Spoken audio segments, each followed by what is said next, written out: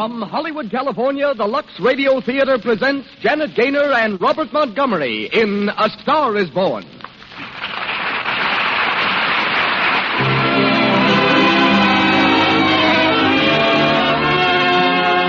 Lux presents Hollywood.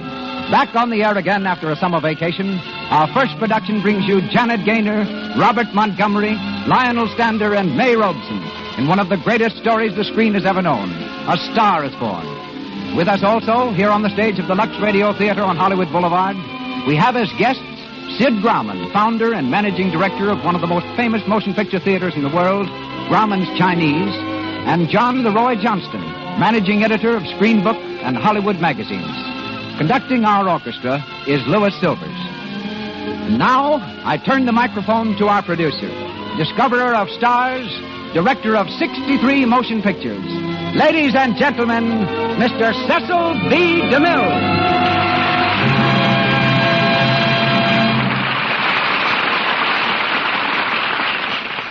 Greetings from Hollywood, ladies and gentlemen. 9 weeks have passed since I last stood here to ring up the curtain in the Lux Radio Theater. Tonight we return, as we shall every Monday night at this time, bringing you Hollywood's celebrated stars and the most distinguished plays of stage and screen. We've had a vacation, but more than that, we've had an opportunity to plan ahead. As a result, the greatest series of dramatic treats it has ever been our pleasure to offer is in store for you. We alone could not have made this possible. You, through the friendship shown our products, are equally responsible. For a fitting inaugural, we made a long and careful search. We found it in the stars and story we're about to bring you. Janet Gaynor and Robert Montgomery in the brilliant Technicolor screenplay from Selznick International Studios, A Star is Born. From these same studios has recently come another record-breaking film, The Prisoner of Zenda, which, starring Ronald Colman and featuring Madeline Carroll and Douglas Fairbanks, Jr., is now duplicating the sensational success of tonight's story. Miss Gaynor's performance in A Star is Born is bringing her a national acclaim, approached only by her debut performance several years ago in Seventh Heaven. She was scarcely more than a child then, and if you could see her now, you'd realize she's still a little girl. In fact, there's only 100 pounds and 5 feet of her, topped by large brown eyes and dark red hair. Among her treasures is a little pair of black low-heeled shoes that once pattered from studio to studio as their owner searched for work. They never stopped at my door. I wish they had. As Esther Blodgett, Miss Gaynor makes her first appearance in the Lux Radio Theater. Compared with her, our co-star, Robert Montgomery of Metro-Goldwyn-Mayer Studios, is a veteran. His portrayal tonight of Norman Maine is his fourth on our stage. Bob's popularity wherever pictures are shown, his versatility in all kinds of difficult roles, leaves me little more to say than welcome home to an old friend of our theater. Bob's new MGM picture with Rosalind Russell is Live, Love, and Learn. Lionel Stander resumes the role he played on the screen, Libby, the publicity man. Also from the original cast as Granny comes that actress now in her 54th year of trooping, May Robeson. Lou Merrill is heard as Oliver Niles. And now for our play. The Lux Radio Theater returns to the air, bringing you Janet Gaynor and Robert Montgomery in A Star is Born.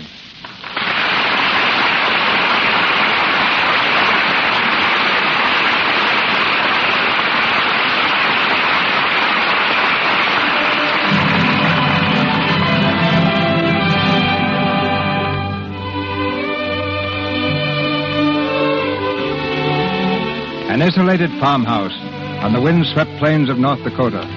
The house is silent, sleeping, but moonlight streams through the window of one of the upstairs rooms, where a young girl is still awake. She lies across her bed, sobbing quietly into the pillow. The door is inched open, and an elderly woman in an old flannel wrapper calls to her softly. Esther? Esther? Yes, Granny? Oh, I thought you'd still be up. Oh, now stop crying. That isn't going to do you any good. Oh, I'm crying because Aunt Mattie and Alec and everyone else in this family makes me so mad. Aunt Mattie, Alec, fiddlesticks. They're not important. You're the only one that counts. Oh, but I could be an actress, Granny. I could be. And I'd go to Hollywood, too, if I had the chance. But they just laugh at me because I want to make something out of myself. They think it's funny. Esther, everyone in this world who ever dreamed about better things was laughed at. Don't you know that? Oh, I suppose I do, but... But there's a difference, dear, between dreaming and doing. You modern girls give me a pain. Why, when I wanted something better, I came across these plains in a prairie schooner with your grandfather. And don't think for a minute it was easy, Esther Blodgett. We burned in summer, and we froze in winter. We used our guns when we needed food, and then fought the Indians to keep it. But we kept on going, and we didn't complain, because we were doing what we wanted to do. Can you understand that? Yes, I can. Could you do it? Could you do it even if it broke your heart? Because for every dream that you make come true, you'll pay the price in heartbreak. I'm not afraid, Granny. All right, then. Here. Take this money. Oh, but Granny... Go on, and go to your Hollywood. But I can't take your money. And why not? It's your savings. Well, I haven't got anything to save up for now, except my funeral. And I'm never going to die. Oh, Granny, how can I ever thank you? Good night.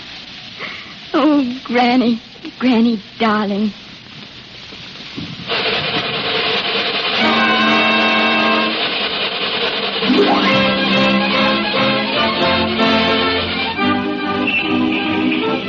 Hollywood Boulevard, the heart of the movie metropolis. On your right, Grauman's Chinese Theater. Notice the paved blocks containing the hand and footprints of your favorite star. And in just a few minutes, we'll be in Beverly Hills.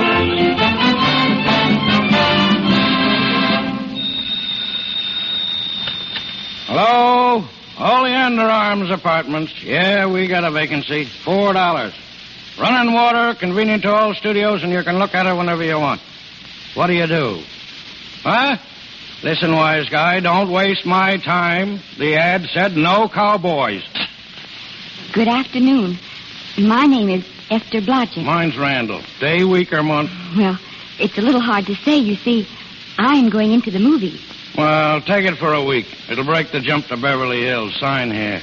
Are all the studios really near here? All except Gaumont British.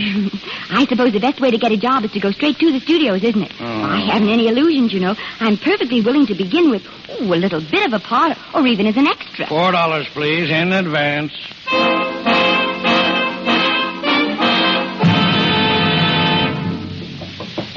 Come in. I beg your pardon. Is this the Central Casting Office? Yes. I'd like to register for extra work, please. To register? How long have you been in Hollywood? It's nearly a month now. Well, you know, we have 12,416 extras registered with us now. That's 16 times as many as we can use each working day. Why, we haven't put anyone on our register in over 2 years. Oh, I see. Come over here. I want to show you something. Yes, Central Casting. Those 4 girls operate our switchboard. Yes. Every time one of those little lights flashes, it's someone asking for a job. And every time a girl says, try later, it means there isn't any job. We can't keep the girls at the switchboard long. They go crazy. And every one of those little lights thought it was going to be a star. Do you still want to go into movies? You know what your chances are. 1 in 100,000. But maybe I'm that one.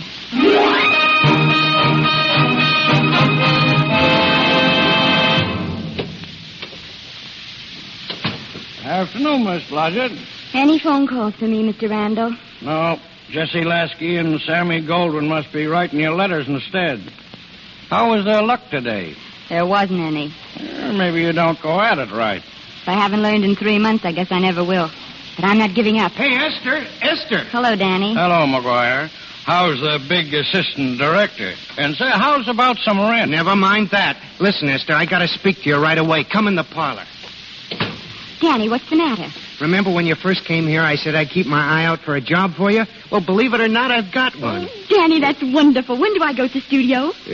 Well, you don't exactly go to the studio. Oh, it's on location. Well, it isn't exactly on location either. It isn't really a movie job at all. It's to be a waitress. Oh. Well, it is kind of a movie job in a way if you look at it right. You said it was a waitress. Yeah, but it's waitressing for Casey Burke, the big director over at our studio. He's throwing a party tonight, and there'll be a lot of big people there. I bet there'll be any number of big directors.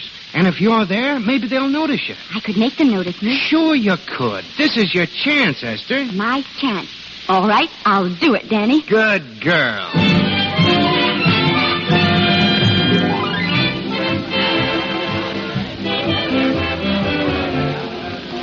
Hello? Mr. Burke's residence? Let me speak to Mr. Oliver Niles in quick. Who, sir? Oliver Niles. Niles, the producer. Yes, sir. Oh, Mr. Niles. Yes? It's for you, sir. Thank you. I'll take it inside. Hello? Oliver Niles speaking. Hello, Niles. This is your publicity department. Well, what is it, Libby? Your publicity department begs to advise you that your star, Mr. Norman Maine, has once again been thrown in the Los Angeles Jug. What? Yes, Mr. Norman Maine, America's Prince Charming, was apprehended driving down Wilshire Boulevard with a siren going full blast. He explained he was a police agent on a maternity case. Well, where is he now?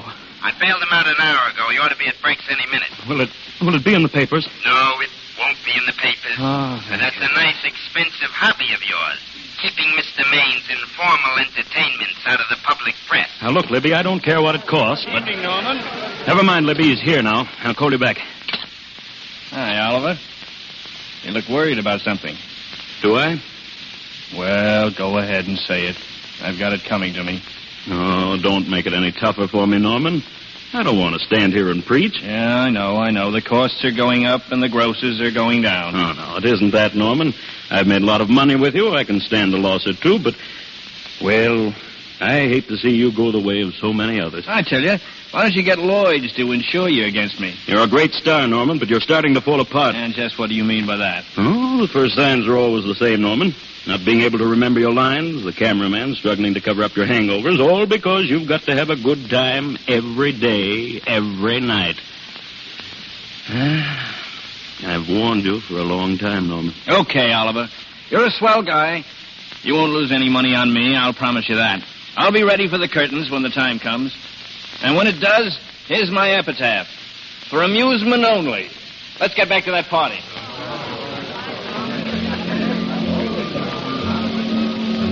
Hors d'oeuvre, Mr. Maine. The caviar's very good. No, thank you. Oh. Yes, please. Very beautiful. I mean, very good. Never seen you around here before. I'm just working for the night. Hey, come back here. I'm starving. Well, let's see. Which would you take? Well? I believe I'll take caviar. Norman. Hi, Anita. Where have you been? Looking for you, mostly. Come and join the party. Wait a second.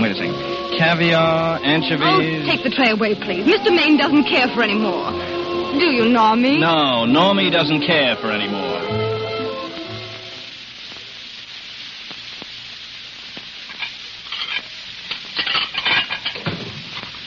Greetings. Oh. You mind if I help? In the kitchen. Won't they miss you? Oh, no, they'll just look under the table, and when they see I'm not there, they'll forget the whole matter. What's your name? Esther Blodgett. My name's Maine. I know. What's so funny? I was thinking about all your fans. How surprised they'd be if they could see you now helping me put plates away. They don't know my finer side. He'd be pretty envious of me, meeting you in person this way. Tell me, you disappointed? Yes. Now you've done it. Never mind. Makes the room look lived in. Why are you disappointed in me? I was sitting right behind you in the Hollywood Bowl that night you didn't want to be photographed and you smashed the photographer's camera. Yes, I'm told I crept into many a heart that night. Oh, I'll never be able to explain this. You got very pretty You hair. better get out of here. And a sensitive mouth. And a charming little... Anita, darling. Precisely. Why are you in here instead of with the rest of the guests? I just want to be helpful. Oh, I see. Are you sure there was no other attraction? Well, it might be that my old mania for putting plates away is coming back on me again. It's rather odd that I always know where I can find you if there's a pretty girl around. It's not only odd, it's embarrassing. And we aren't married, darling, so... You're being deliberately insulting, Norman. I put up with enough... dear, don't lose your temper. Remember, we must try to keep the voice low. I know you'll excuse us if we go on with our work. Oh, please. Let me help. Put that plate down. Oh, Mr. Maine, get up. He's unconscious. Unconscious? Now see what you've done. Oh, but I didn't do anything. I didn't... Hey. Oh. Help me up, will you? Are you hurt? No more than usual. Listen to that. The wolves are on us. Come on, we've got to get out of here. But I can't. The dishes aren't finished. Oh, yes, they are. Watch. Come on.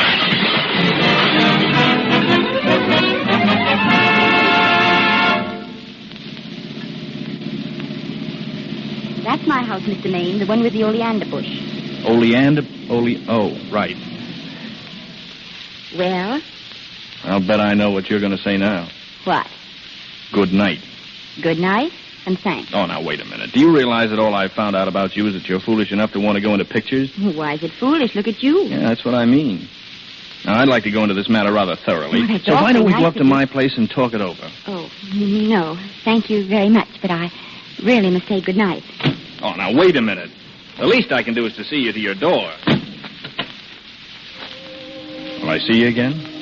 I hope so. Has anyone ever told you that you're lovely? No? Well, now you know. Thank you. This is hard to say, but I want to say it anyway.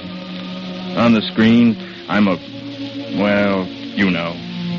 In private life, I'm, well, you know. But whatever I do, I still respect lovely things. And you're lovely. You understand that? Yes, I think I do. And it's not that bump on the head that's doing this either. I'm glad. Good night. Good night. Hey, wait a minute. Yes? Do you mind if I take just one more look? Good night. Good night.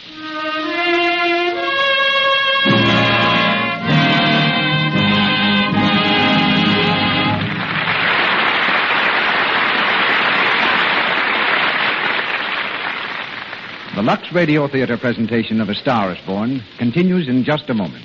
In the meantime, let's imagine we are in the living room of an American home. A husband and wife are listening to the Lux Radio Theater. It's intermission time. Oh, this is a marvelous play, Joe. Sure is. But then I go for Gaynor anytime. She is lovely. Come to think of it, she reminds me of you a little. There's something about you that... Joe, if I'm anything like Janet Gaynor, the only resemblance is in our complexions. I take care of my skin the same way she does, with Lux toilet soap. It's really that good, is it? Good. It's a soap with active lather. It really gets your skin thoroughly clean. Thoroughly clean? What do you mean? Well, if you let dirt and stale powder and rouge stay on your skin, they work in and stop up your pores. That ruins the complexion. Your pores get enlarged. Haven't you ever heard of cosmetic skin? Cosmetic skin? What's that? Well, who is there who has it? Oh, Sally Hanford. You know how dull-looking her skin always is. Pity she didn't know about that soap you use. One look at you ought to sell Lux soap to any girl. Shh. Here comes the second act. Robert Montgomery, Janet Gaynor, Lionel Stander, and May Robeson continue in A Star is Born.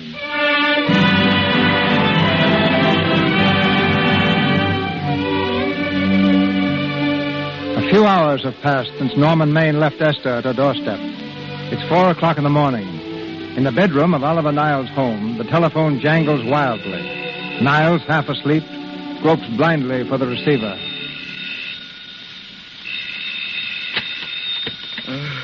Hello? Hello? Hello? This is Oliver Niles? Yes, it's Oliver Niles. This is Norman. What is it? Who? Norman Maine. Norman? What have you done now? You're not in jail, are you? Oh, no. Oliver, I have met a girl. Oh, so that's it again. Oliver, this girl, she's beautiful. Yeah, she's beautiful, yeah. Yes, I know. You want me to give her a screen test? Oliver, this girl has wonderful possibilities. She's got something. I know it. You know it. You knew all the others had something, too. No. I tell you, Oliver, she has that sincerity and honestness, sincerity and honestness that makes great actresses. I'm so sure of this girl that I want to do the test with her myself. Tomorrow morning, Oliver. Oliver. What? Tomorrow morning, screen test. Yes, anything. That's fine, Oliver. I knew you'd appreciate this little tip. I've got another one in the 6th tomorrow. Now, you try and get a little sleep, old man. Good night, Oliver.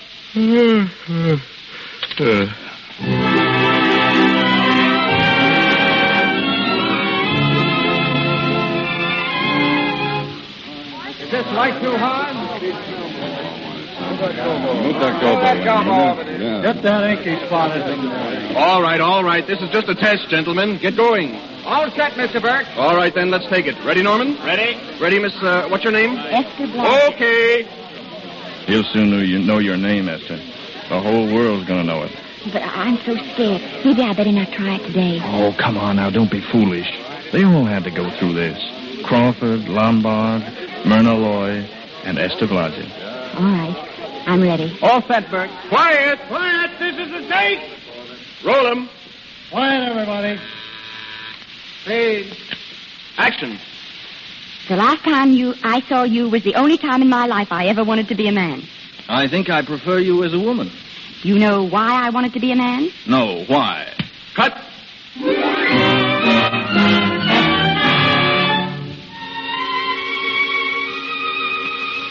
Your sign right there, Miss Blodgett.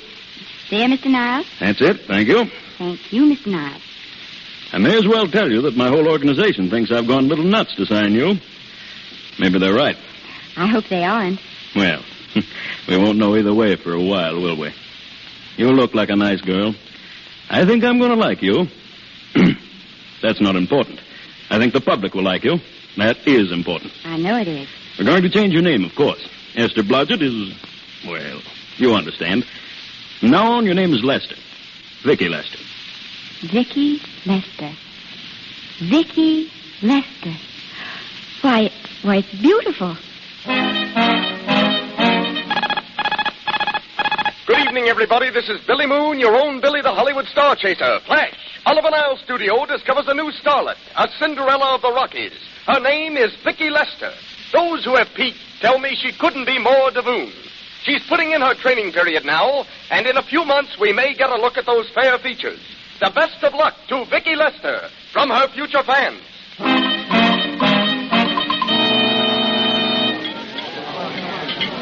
Listen, you dress people. We're shooting on the set this morning, not in the commissary. Shake it up. Morning, Mabel. Good morning, Mr. Maine. What'll be this morning? Oh, the usual, Mabel.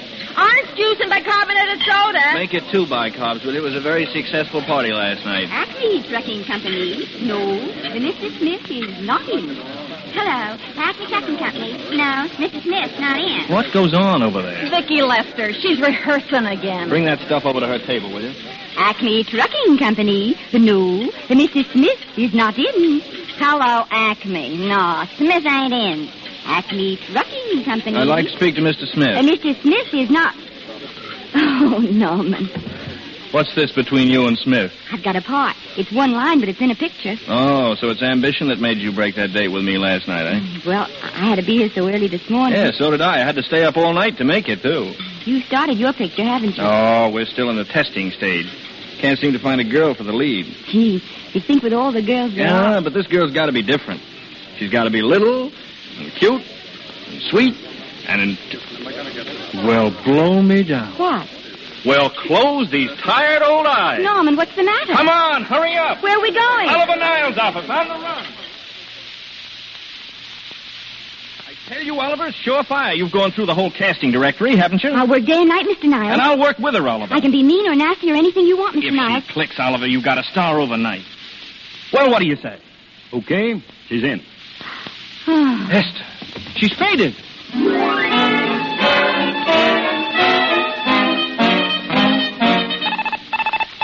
And just as your Star Chaser predicted on this program some months ago, little Vicky Lester has made good. Just how good was known early this evening after the preview of her first picture in which she plays a featured role opposite Norman Maine.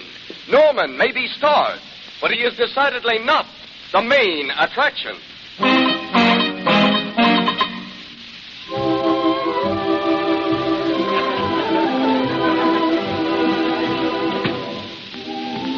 Yeah, it's cooler out here. You see those lights, Esther? Down there? That's Hollywood. It's wonderful, isn't it? A crazy quilt. No, that's a carpet spread for you. It's yours from now on, you know. It's come, Esther. A star is born. You'll have everything in the world you want. And I hope it'll make you happy. Hasn't it you? Well, there's one thing I've never had. Lots of times I've told myself I'd found it, but I always knew I was lying. Still, I never stopped looking for it. Maybe it'll come. I think it has come, Esther. And I wish it weren't too late. Oh, but it's not too late. You can't throw away your life the way I've thrown away mine. And have anything left that's good enough now. You can. Norman, you can. Oh, you mustn't tell me that, Esther. I'm so afraid I'll believe it. I want to, Norman. I want you to believe it because I love you, too.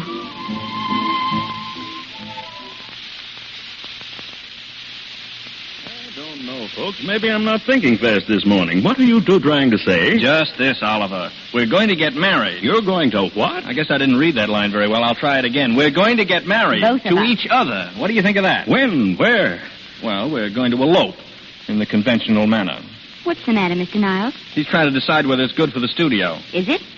It is. And bless you, my children. When's it going to happen? Well, we thought we'd just sneak out sometime. Sure, but you mustn't hurt people's feelings.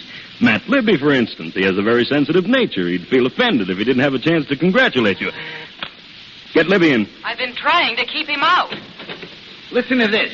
The screen's ideal romance blossomed into breathtaking reality today when Vicki Lester and Norman Maine, America's dream lovers, slipped quietly through the portals of holy matrimony.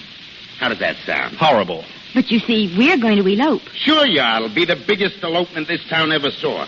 We'll get a tie-up with the Army. I'll have you escorted all the way down to Yuma, Arizona by 20 of their new bombing planes. From there, you can make personal appearances in Denver, Salt Lake, Seattle, Vancouver. Let's make this thing international. Norman, is he going with us?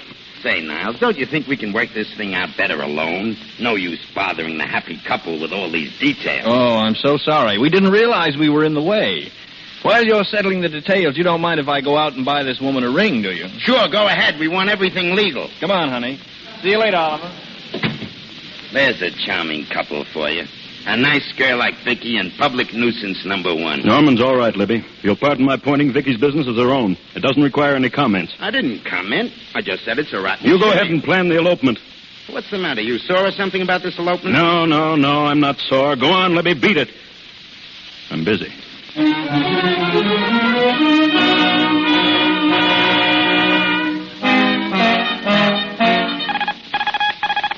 And here's the Hollywood question mark for this week, folks. What famous star, since his marriage to another famous star, has turned over a brand new leaf and is now taking a non-alcoholic honeymoon? But why do his friends think his bride came about 6 performances too late as far as the public is concerned? Because the star's last 6 performances have been what is politely known as turkeys, box office flopolas. Yes, sir, folks, it was a gay life and a short one.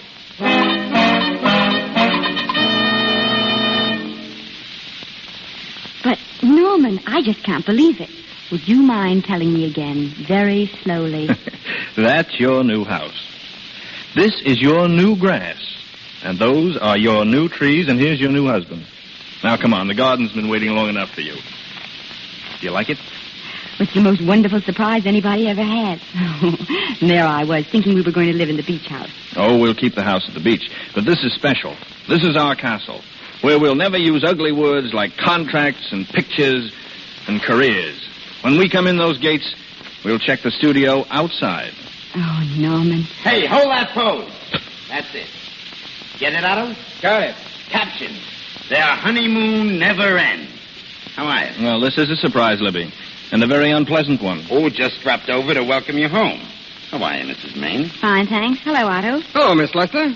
Hiya, Norman. Nice little place you got here. Very tasty. Otto, if you didn't like it, we'd sell it. All right, let's get some pictures. Now, if the bride will just sit here and the groom stand behind her, we'll have something unique. Swell. All right, Otto. Caption, their honeymoon still continues. Hello. Ah, the producer. Their honeymoon ceases abruptly. Hello, Oliver. Hello, Norman. Glad you're back. Hello, Vicky. Hello, Oliver. Am I interrupting? Yes, thank you. Oh, we just want a couple more. Well, that's enough for both of them. What they're asking for is the exclusives of Miss Lester alone. Oh, I see. Come on, Oliver. Let's you and I get exclusive. Sure. Stay for dinner, Oliver. All right now, Miss Lester. We'll take one of you right over here. Well, Oliver, what's on your mind? How's the dividend situation? Oh, very pleasant. I think we'll show $2 million on the next quarter. Oh, boy. That was a smart move of mine to sell my stock, wasn't it? Well, anyway, you can thank me for some of those dividends of yours. Well, can't you? Oh, sure. That was a little too quick. The Enchanted Hour was a smash hit, wasn't it? Made Vicky a star overnight. Yes, and it should have. Well, what about me? Let's wait and talk business at the office, Norman, Didn't they like me? Well, maybe the part wasn't just right. It was the best part of the year. Now, look here, Oliver. Do you think I'm slipping? Norman, can you take it? Go ahead. The tense is wrong, Norman. You're not slipping. You've slipped. Well, my fan mail's still pretty big. Norman, fans will write anybody for a photograph. It only costs 3 cents for the stamp. That makes photographs cheaper than wallpaper. But every quarter they pay for a theater ticket. Buys them the right to be a critic.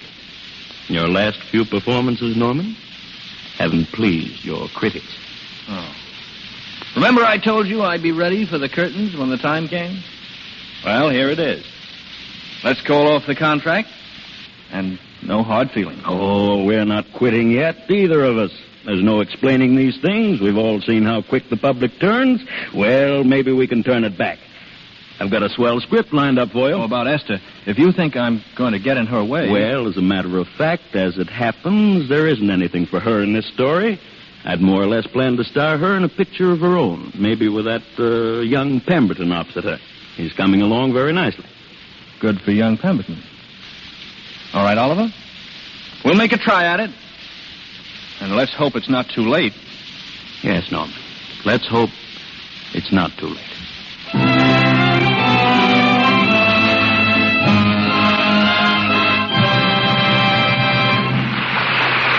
We pause for station identification. This is the Columbia Broadcasting System.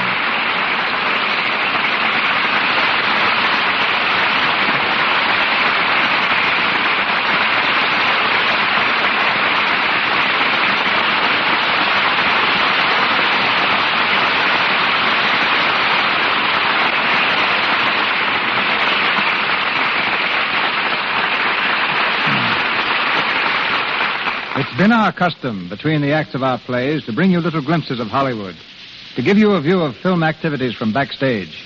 We continue that custom with a word from John Leroy Johnston, Western manager of Fawcett Publications and managing editor of Screen Book and Hollywood Magazine.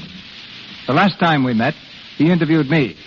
Tonight, with the tables turned, I'll drop my first question by asking Mr. Johnston what he'd like to be interviewed about. Well, Mr. DeMille, that's easy. After all, the product that makes this program possible is Lux Toilet Soap. There's a commodity that's dedicated to charm and beauty, as evidenced by its tremendous popularity among the screen's most attractive women. From what I've found out myself, visiting the stars, and from what our writers tell me, Lux Toilet Soap has no more enthusiastic boosters than the biggest names in Hollywood. I still would like to know the subject of our interview. Well, I'd like to express a few of my views on beauty, or rather on the most beautiful women of motion pictures in 20 years. They say a fool walks in where angels fear to tread, so here I am, a perfect casting job. What's the basis of your choice? The best subjects for your magazine covers? No, magazine covers are chosen to acknowledge the popularity of certain established or rising young players. I'm guiding myself by what strikes me as being the typical American conception of beauty. By this, I mean normal, charming, finely chiseled features, clear, expressive eyes, intelligence, poise, well, to be brief and honest, loveliness. Which predominates in your list? The old-fashioned type of yesterday or the athletic girl of today? Frankly, I don't believe the American ideal of real beauty has or will ever change. I think every man admires the lovely, dainty, feminine woman.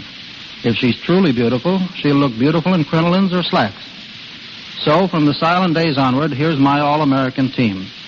Selections representing every section of the continent.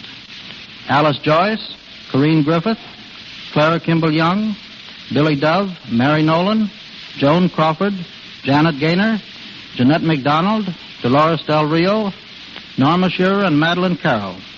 And for a second team, I'd say Anne Harding, Carol Lombard, Joan Bennett, Anita Louise, Madge Bellamy, Virginia Bruce, Mary Astor, Gloria Stewart, Olivia de Havilland, Mary Bryan, and Marla Shelton. Now, offhand, I can't say whether or not I agree with your choice, Mr. Johnson.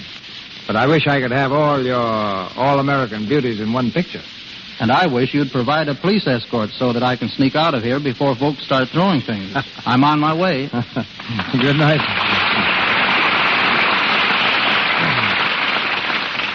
Back to Robert Montgomery, Janet Gaynor, Lionel Stander, and May Robeson in A Star Is Born.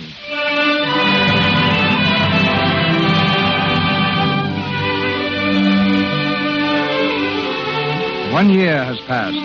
As Esther rose steadily in public favor, Norman dropped just as steadily into oblivion. At his own request, his contract was canceled, and he began to devote his time to making Esther happy.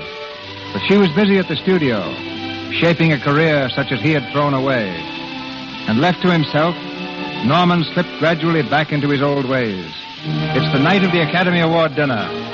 At a table in the corner, Esther and Oliver Niles wait anxiously for Norman to arrive. The master of ceremonies is speaking. We have already applauded with our hearts as well as our hands. While awards have been given to those gentlemen... I wish Norman would come. Do you suppose anything's happened to him? Well, of course not. He's just been held up in traffic. Now, you think about that nice statuette you're going to get. Or rather, go on, listen. One lady. We present to her the Academy Award for the finest performance of the year. The unforgettable Anna in Dream Without End. Miss Vicki Lester. Go on. Go on, Esther. Get your award. I wish Norman was here. Miss Lester, if you please. Thank you. What more can I say, Miss Lester? This statuette says it for all of us. Ladies and gentlemen, when something like this happens to you, and you try to tell how you feel about it, you find that out of all the words in the world, there are only two that really mean anything. Thank you. All I can do is say them to you from my heart. All I can do is tell you that I keep... Ray! Norman! That was a very pretty speech, my dear, and I want to be the first to congratulate you on that valuable little piece of bric-a-brac. And now I want to make a speech. Gentlemen of the Academy and fellow suckers, I got one of those once for the best performance once. It don't mean a thing. People get them every year. What I want's a special award. Norman, please. Something nobody else can get. I want a statuette for the worst performance of the year. I want 3 statuettes for the 3 worst performances of the year. I earned them, and everybody that saw those last masterpieces of mine knows I've earned them. What I'm here to find out is, do I get them or do I get them? Answer me yes or no. Music, quick. Answer me yes or no. Norman. All right, Esther, all right. I've got him. Come on, Norman. Come over to the table. Huh? Oh, hello, Vicky, dear. Allow me to congratulate you. You must be terribly proud and happy tonight. Thank you. Norman, dear. Oh, God. What do I... Somebody give me a drink.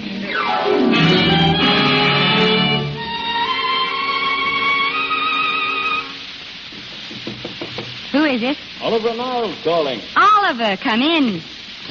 How are you, Esther? Oh, Oliver, I've missed you. Everybody's missed you. Sit down. Did you have a nice trip? Well, a 3-month tour over the theater circuit scarcely comes under the head of pleasure. By the way, they're screaming for your pictures all across the country. Miss Lester, if I may talk shop, you're a knocker. Thank you. That's good to hear. You've been crying. A little? Why? Why, I guess maybe I'm a little worried about this next picture. Oh, you needn't be. I've seen the first week's work. You're headed for another Academy Award this year. How's Norman? He's trying awfully hard, Oliver. Has he been... Is he all right? He's gone to a sanatorium. You see, he really wants to stop drinking, and I think he could only... Well, perhaps if he were going to work again, it'd be some encouragement. Oliver, could you do that? I might be able to manage it. Oh, thank you. But he mustn't ever know I told you. He won't know, Vicky. And you mustn't worry. I want you to be good in this picture. I'll try, Oliver. That's the least I can do for you. And one more for the book, folks. What star, recently released from a sanatorium where he underwent a rest cure, is now hanging around the Santa Anita racetrack while he gets into shape for a comeback? Your guess is as good as mine, and mine's no guess.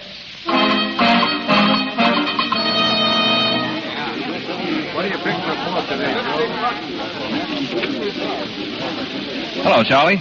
Well, hello, Mr. Maine. Haven't seen you in a long time. Oh, no, I've been resting. Ginger ale, please. Ginger ale and what? Ginger ale and ginger ale. A new leaf? A whole new book. Thanks. Shake it up, Charlie. Hello, Libby. Why, it's Mr. America of yesteryear. Do they let you wander around now without a keeper? I'm a trustee now. I didn't expect to find you here at Santa Anita. What do they do with the actors when you're away? Oh, they cut them in slices and fry them with eggs. I suppose you'll be here all the time, now that you've retired from the hurly-burly of the silver screen. Well, we're staying down at the beach house now, and it's pretty lonesome with Esther away working all day. Well, I wouldn't squawk about that if I were you. It's nice somebody in the family's making a living. Say, go a little slow, Libby. I don't want to forget we're friends. Friends, my eye. Listen, I got you out of your jams because it was my job, not because I was your friend. I don't like you. I never did like you. Nothing made me happier than to see all those cute little pranks of yours catch up with you and land you on your celebrated face. Pretty work, Libby. Always wait till they're down and then kick 'em, eh? Hey, listen. You fixed yourself nice and comfortable. You can live off your wife now. She'll buy the drinks and put up with you even if nobody else will. Why, you... Take a swing at me, will you? Get up, you four-star ham, and I'll knock you down for keeps. Get up and get out of here. Don't bother to throw him out. He's harmless. Well, all right, Mr. Libby, if you say so. Sure, let him go. What can he do? He can't fight any better than he can act.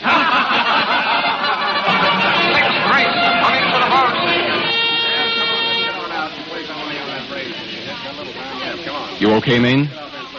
Yeah, I'm okay. Give me a scotch. Double.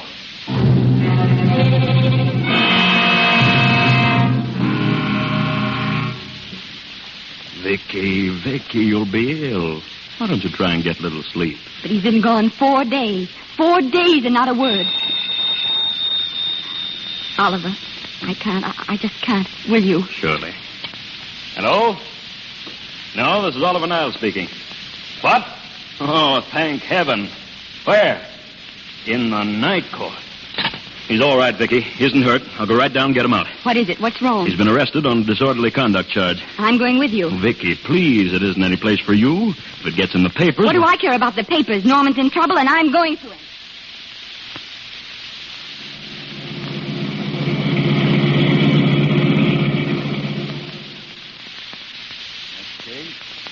Alfred Henkel, known as Norman Maine. Where is he? Here. Drunk and disorderly. Crashed car into tree. Resisted arrest and injured one of arresting officers. How do you plead? Guilty. Were you Norman Maine, the actor? Yeah. You've come pretty low, haven't you? 90 days in the city jail. Wait, please. Your Honor, I'm his wife. Yes, I recognize you, Miss Lester. Please, I promise you, Judge, this will never happen again. I'll be responsible for him if you'll just not send him there. Do you realize that this man, when drunk, is obviously a menace to public safety? Yes. You realize, too, the responsibility you would be assuming to the court and to the Commonwealth? I do. Very well. Sentence suspended. Prisoner remanded to custody of wife. You may take him home, Miss Lester. Norman, are you all right, dear? Yeah. I'm so tired, Esther.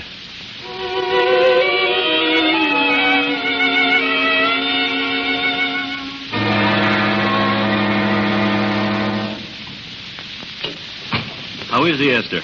Talk low. He's still asleep in there. Oh, well, that's the best thing for him. Oh, it's awful to see this happen to someone you love and know in your heart that it can't get any better. You still love him, Vicky? Or do you just feel sorry for him? Oh, it's so hard to tell where one leaves off and the other begins. I only know that all I can do now is stay with him and try to help him. So will I, Vicky. Between us, we'll take care of him. You're very fond of him, aren't you, Oliver? I'm very fond of both of you. That's why I know you'll understand what I have to tell you. And I think that after what happened last night, you already know what it is. I can't do any more pictures. I'm going away for good with Norman. But, Vicky, you can't do that. Well, you're at the very peak of your success. You worked so hard to achieve it. Yes, I've worked hard, Oliver, and what difference would that have made if you and Norman hadn't worked harder to help me? Oh, no. No one can help people to careers. You made your own career, and it's your life. That's what's been wrong, Oliver. I thought it all out.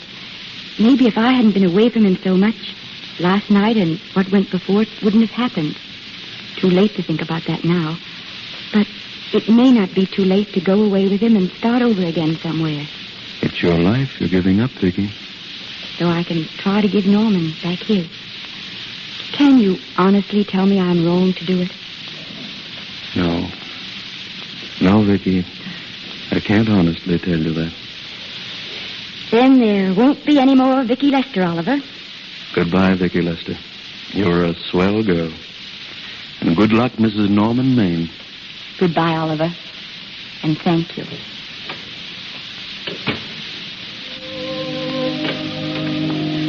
Norman. This is Maine coming in to apologize again, darling. Norman, have you been out there long? Oliver, Niles was here. Yes, I know. I thought you would be. You're looking sad, darling. What other troubles have you got? None. I was just playing a scene with myself. Now, look. I'm just coming out of the jitters, and you're just going into them. This is a swell household. Isn't it? I'll tell you what we'll do. I'll promise to brace up if you'll go on the wagon. I guess I have been drinking too much. You know what I'm going to do? I'm going to be an athlete. Gee, you mean with great big muscles and everything? Roughly speaking, yeah. Are you going to join the YMCA? No, that costs too much. I'm going wading in the Pacific. Now? Sure. You won't go out too far, darling. A little water once in a while wouldn't hurt me any. Crazy. Well, if you don't mind, I'll be running along. Could you have a some hot soup for me when I come back? Some hot soup? And I'll make the sandwiches. Norman, do you have to? Give me a kiss, honey. I'll see you later. Don't be long. I won't. Oh, darling. Yes? Do you mind if I take just one more look? So long, sweet.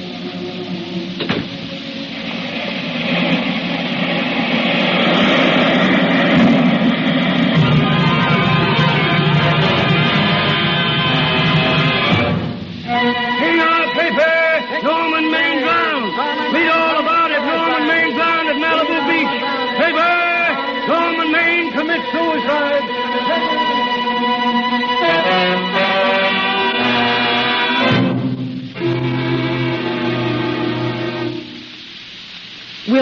Will that be all, Miss Lester? Have you packed everything? Yes, ma'am. The bags, the trunk, everything. Have the car brought around, please. I'm her grand. Esther. Granny. Granny, darling. Oh, I'm so glad to see you. What made you come? Oh, I know when I'm needed. Here, girl, please. Please get out, will you? I want to talk to my granddaughter. Yes, ma'am. I got here just as quickly as I could. But I'm going home. I sent you a wire yesterday. Sit down. Now, is it true that you're going to quit the movies? I never want to hear of them again. What are you running away from, child? I'm not running away. It's just that I can't go on. My heart isn't in it anymore. You remember I told you once, if you got what you wanted, you'd have to give your heart in exchange. And you said you were willing. Do you remember that? I remember. Well, you got more than you bargained for. More fame, more success, even more personal happiness. And maybe more unhappiness. But you did make a bargain. And now you're whining over it. I wouldn't be very proud of myself if I were you, Esther. I'm not, Granny, but my mind's made up. Oh, well, then I'm very sorry I lent you that money to come here. It was just thrown away, wasted. I know. Well, I want to be strong, but I can't go on. I can't. But you must. Tragedy is a test of courage, Esther. I never knew Norman Maine. He was sweet to me in the letter he wrote when you were married. He said that you told him how much I had meant to you. And I know how much you must have meant to him. I can't believe that wherever he is, Esther, He's very proud knowing that all that his love did for you was to make you a quitter. The car is ready, Miss Lester. We'll have to go now to make the train. Put the car back in the garage. We're going to stay. Oh, Annie. Oh, my Esther, my darling.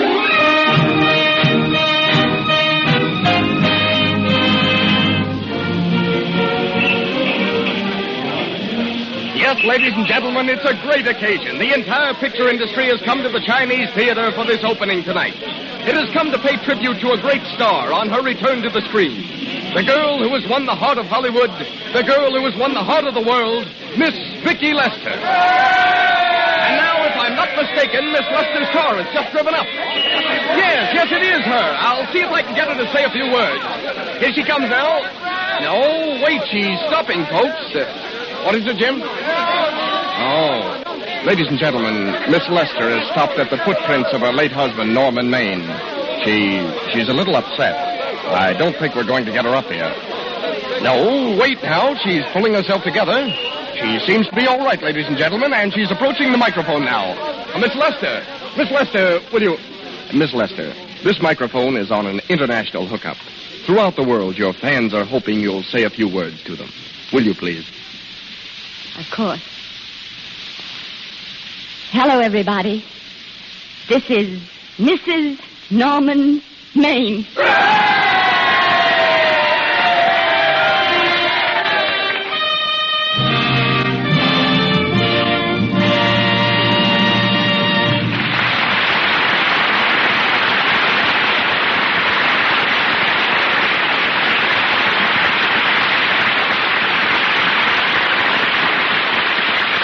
For their splendid performances, our thanks to Miss Gaynor and Mr. Montgomery, who will return in a few minutes. It was most appropriate that our play should end with a scene at Grauman's Chinese Theater. It was there that the most thrilling premieres in Hollywood history have been held. There also originated the spectacular stage productions, copied though never equaled the world over. Grauman's Chinese is also famous for the hand and footprints of the stars recorded in the courtyard of the theater. To make your mark there means lifelong membership in Hollywood's Legion of Honor. The founder and guiding light of that theater is here tonight. One of the greatest showmen and best friends that motion pictures have ever had, Sid Grauman.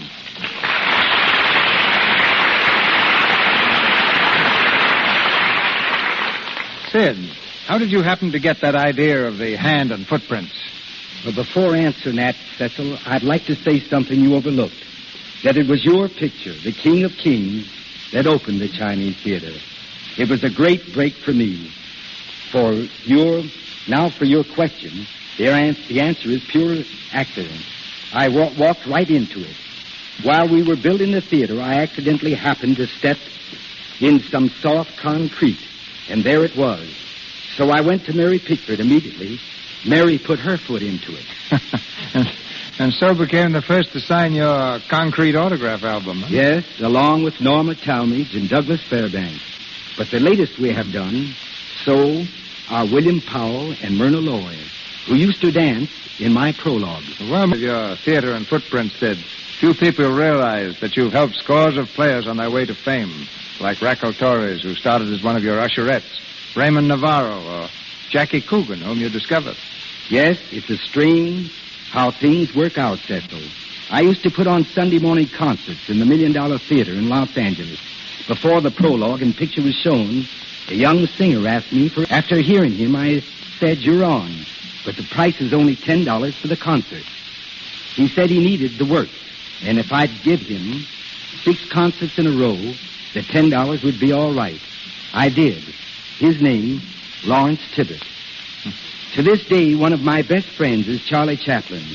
Before he ever appeared on the screen, Charlie worked for me on the stage in San Francisco, and I gave him a letter of introduction that brought him to the screen.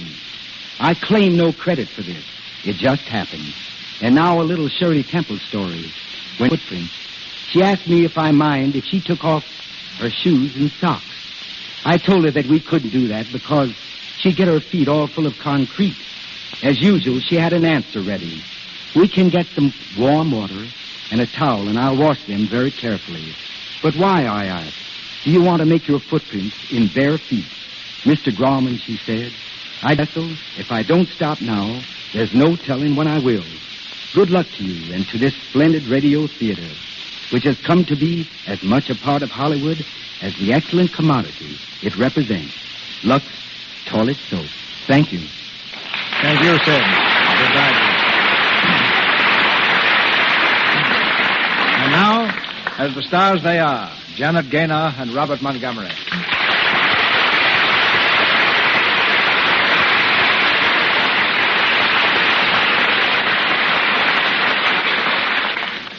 I'm glad to be able to take this curtain call, Mr. DeMille, because it gives me a chance to say something that I really want to say as regards A Star is Born. Often when a picture is a success, all the credit goes to the individuals who happen to star in it. We're inclined to pass by the off-screen personalities who made that picture possible. To Mr. David O. Selznick, the producer of A Star is Born, and Mr. William Wellman, who so brilliantly directed it, and all the others who contributed, I am very grateful. But now, what about Mr. Montgomery? I hear some talk around town that you're to go east. Yes, Montgomery the actor is about to become Montgomery the farmer. I'm going back to the farm for a spell. Yes, you told us that some months ago, and you haven't reached there yet. I'm beginning to think that your back to the soil movement is just a fable. At least it provides Bob with some swell stories about that neighbor of his back there, Zeb Davis. Yeah, Zeb is on the way to becoming a national character. What's he done lately, Bob? Well, Zeb probably won't speak to me for telling this one on him, but here goes. Zeb has a wife who likes to keep him, well, shall we say, under control. Not long ago, she decided that Zeb ought to get a new car. Zeb couldn't quite figure that out because the one he had was only 11 years old. So he got a new car. Well, the Davises were having a little party one night when Mrs. D told Zeb to drive to town for some ice cream and to be very careful of the car. It's a 16-mile trip, and Zeb sort of hit her up on the way back. He was just about to turn up the road to the house when he stepped on the gas instead of the brake. He ran into a ditch, turned over a couple of times, and ended up with the car on top of him and the ice cream in his hand. A couple of the boys ran up and tried to pull him out, but Zeb was stuck. He didn't say a word until the boys started to get the car off him, and then he let loose. "Leave me alone," he hollered. "Leave me alone and get that ice cream home before it melts. There's enough trouble around here as it is." That's very good, Bob. I hope you'll find Zeb completely recovered and with a lot more stories. As you said, Mr. DeMille, this was my first appearance here. But really, I felt quite at home because I'm well acquainted with the products behind this program. I'm happy to say that Lux Toilet Soap has been in my dressing room and in my home, too, for several years. I wouldn't be without it. Thank you, Janet. And you too, Bob, for launching our program in such distinguished fashion. Thank you, sir. Thank you. Good night. And thank you, Mr. DeMille. Ladies and gentlemen, this is your announcer, Melville Ruick. News of next week's thrilling show comes to you in just a moment from Mr. DeMille. Assisting in tonight's cast were Lou Merrill as Oliver Niles, Chester Clute as Pop, John Gibson as Danny McGuire, Margaret Brayton as Anita, Edwin Max as Master of Ceremonies, Forrest Taylor as Judge, Frank Nelson as Moon, Lucille Meredith as Maid, Grace Kern as a waitress, Myra Marsh as Miss Phillips, Sidney Newman as Director, James Eagles as Otto, Gil Patrick as Police Officer, and Ross Forrester as a photographer. Miss Gaynor and Miss Robeson appeared through courtesy of Selznick International Pictures, Mr. Montgomery, Metro Goldwyn Mayer, Mr. Stander, Columbia Pictures Corporation, Mr. DeMille, Paramount, and Louis Silvers, 20th Century Fox, where he was in charge of music for the new film, Wife, Doctor, and Nurse. And here is our producer. Not because he happens to be the star of my new film, The Buccaneer. Not because he starred in two of our biggest successes last spring. But because he happens to be, on and off the screen, a citizen of whom Hollywood is most proud. It gives me particular pleasure to announce that next Monday night, the Lux Radio Theater stars Frederick March. And with him, Florence Eldridge, who in private life is Mrs. March. Our play is from the stage and screen success, The Outsider.